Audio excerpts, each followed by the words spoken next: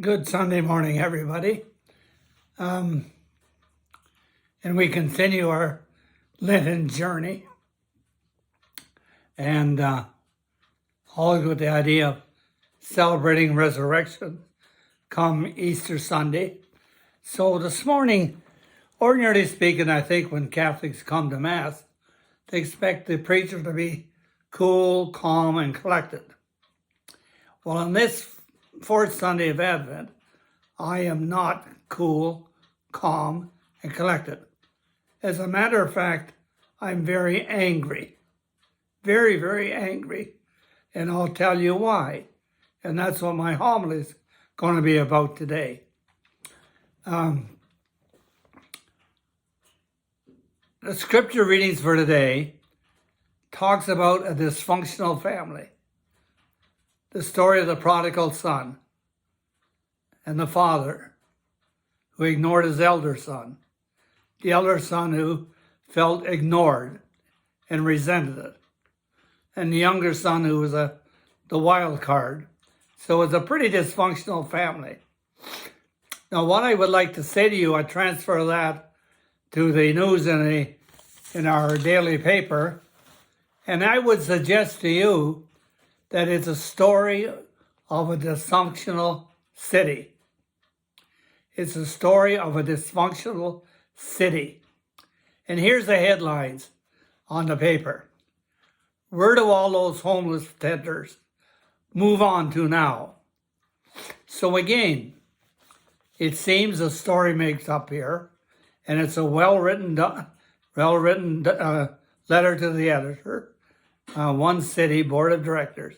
So it's really got some authority behind it and knowledge about the homelessness here in the city of Peterborough. Talks about one couple, 66-year-old man, 53-year-old spouse who uses a wheelchair.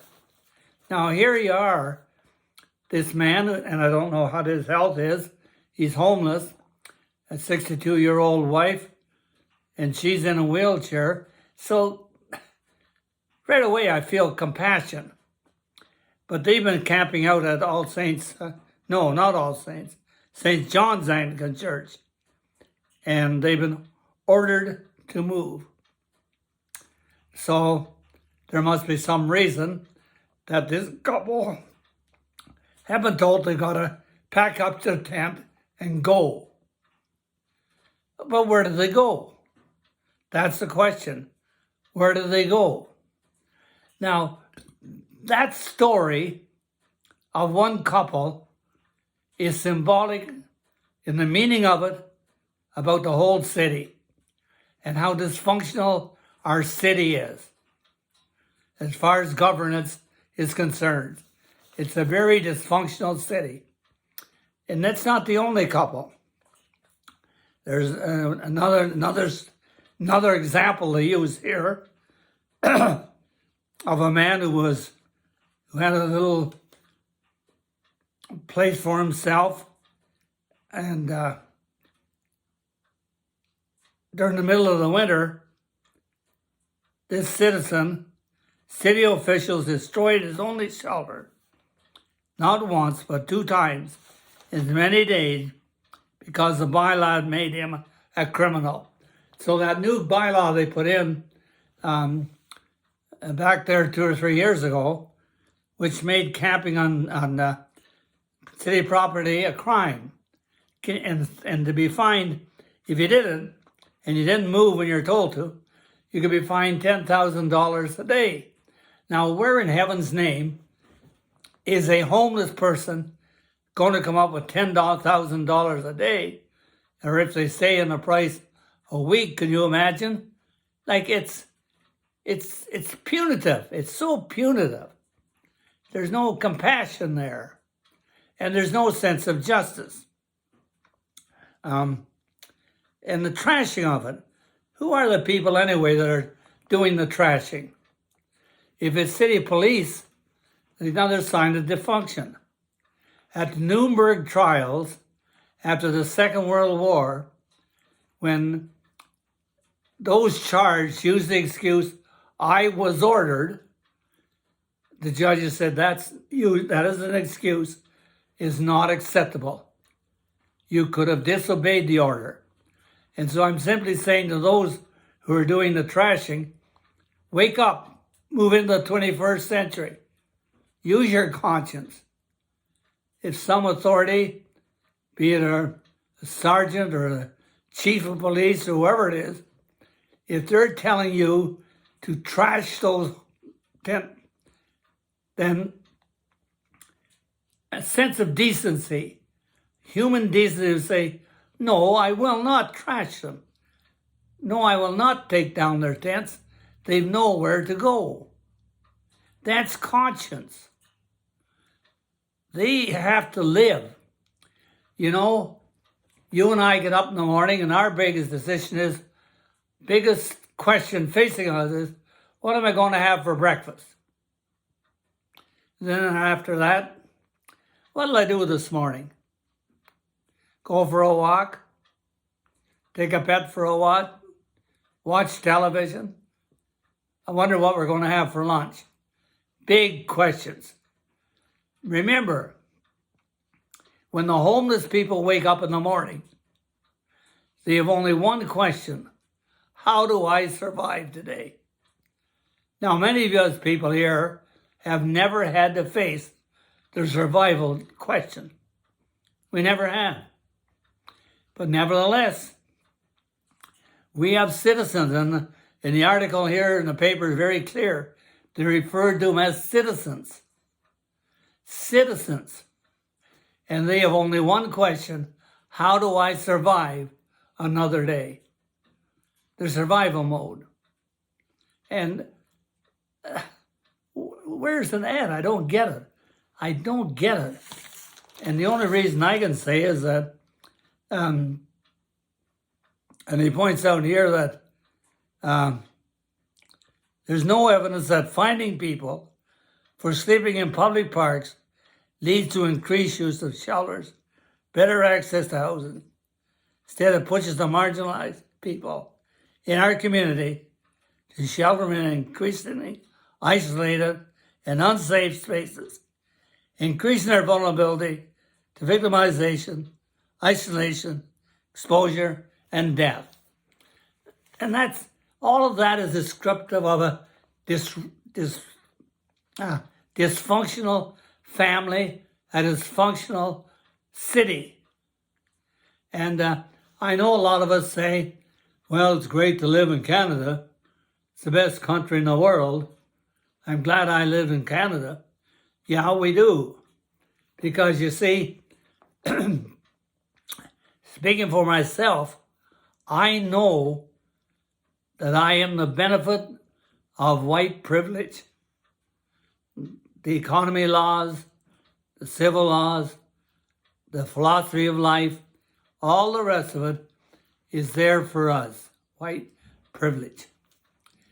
It doesn't matter the color of our skin. If we buy into the culture, then it's the white privilege. And the white privilege says, we live here and we get all the privileges.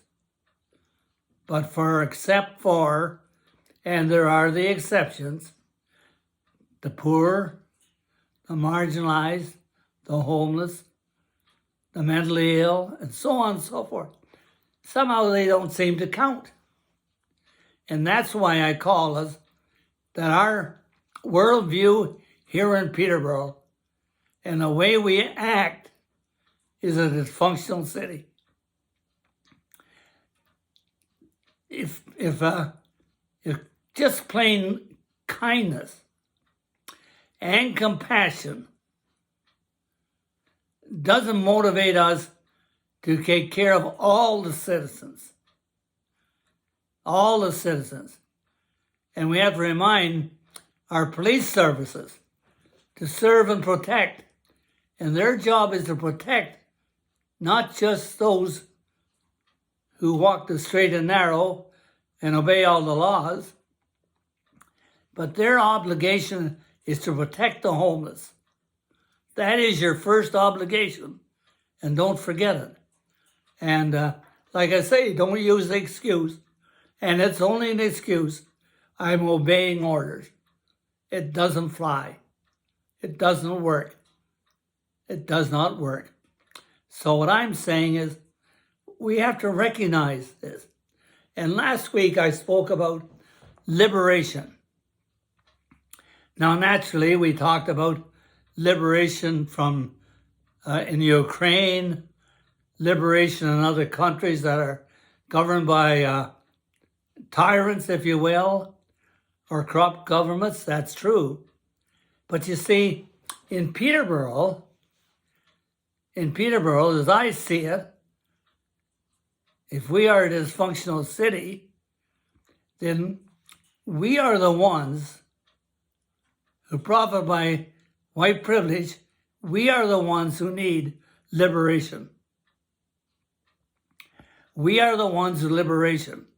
And I think the homeless are a sign and a symbol that tell us, yes, those in authority, the citizens of Peterborough, need liberation from white privilege. Because if they could break that bond, that slavery, to white privilege, then they would be free to embrace us and make it possible for us to have adequate housing. And so I think that's the big thing I want to get across in this talk. It's not to focus on the homeless, but to focus on the worldview of the citizens of Peterborough, especially those in positions of authority, who are called to serve. And white privilege is operating, and since that is the case, then white privilege is allowing and is somehow complicit in the existence of homelessness. And it is because we are blind to the white privilege. We're blind to the dysfunction of our city at large. And we really need to take a look at that. Those homeless people are telling us, you need liberation. You need to be set free from, because you are enslaved by that false belief in white privilege. They're saying white privilege has blinded you, has enslaved you. And as a result of that, you're not free. You're not free to bring about justice and compassion to the members of your community who are suffering from homelessness. And that's the message I want to leave this morning. Is maybe so often we think about, and we're all worried about, and we should be, about the homeless, the poor, the marginalized. And yes, we should be. But you see behind it, if you look behind it, what you see is dysfunctional city, like the gospel of today, the prodigal son, the dysfunctional city. And what is dysfunction? White privilege. And as white privilege, we, the citizens of Peterborough, are part of this dysfunction. And certainly those who govern, who have to do with the dispersal of monies, highly dysfunctional. Highly dysfunctional. And it's very dysfunctional, as I see it, when we talk about thousands of dollars available for paving roads and streets, but we don't have money for people. Talk about inhumanity to humanity. It's right there in our face. But close your eyes, don't see it. White privilege, we don't have to see it. Don't have to see it. We don't have to see our own complicitness as a result of our privileged state here as white citizens of Peterborough. And until the citizens of Peterborough are able to look in the mirror and see themselves as enslaved by white privilege, or other kind of addictions, whatever they may be. White privilege is only one. There are many other addictions which keeps us feeling I'm okay and you're not okay. Well, I'm sorry to have to say, we've got to look in the mirror and examine ourselves. And if you read the Gospels, Jesus always said, you've got metanoia. You've got to change your mind. Change your worldview. Change your way you look at it. It's to change the way you look. It's not what you see, but change the way you look. And if we change the way we look, then we maybe will see ourselves.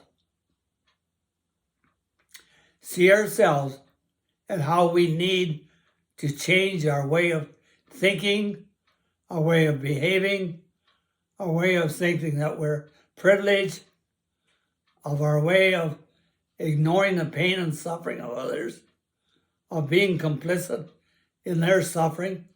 And then we may find ourselves able to say, I can change the way I see the world. I can see it now with kindness, with compassion, and above all with justice. Above all with justice. Above all, to recognize everybody is equal. Everybody has the same rights. And now I can see that the homeless have served a purpose here in Peterborough. They've awakened us to see ourselves.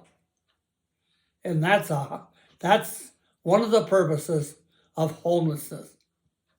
And when we really see ourselves, we will know it, because there won't be any homeless people in the city of Peterborough. And that's my message this morning. God bless.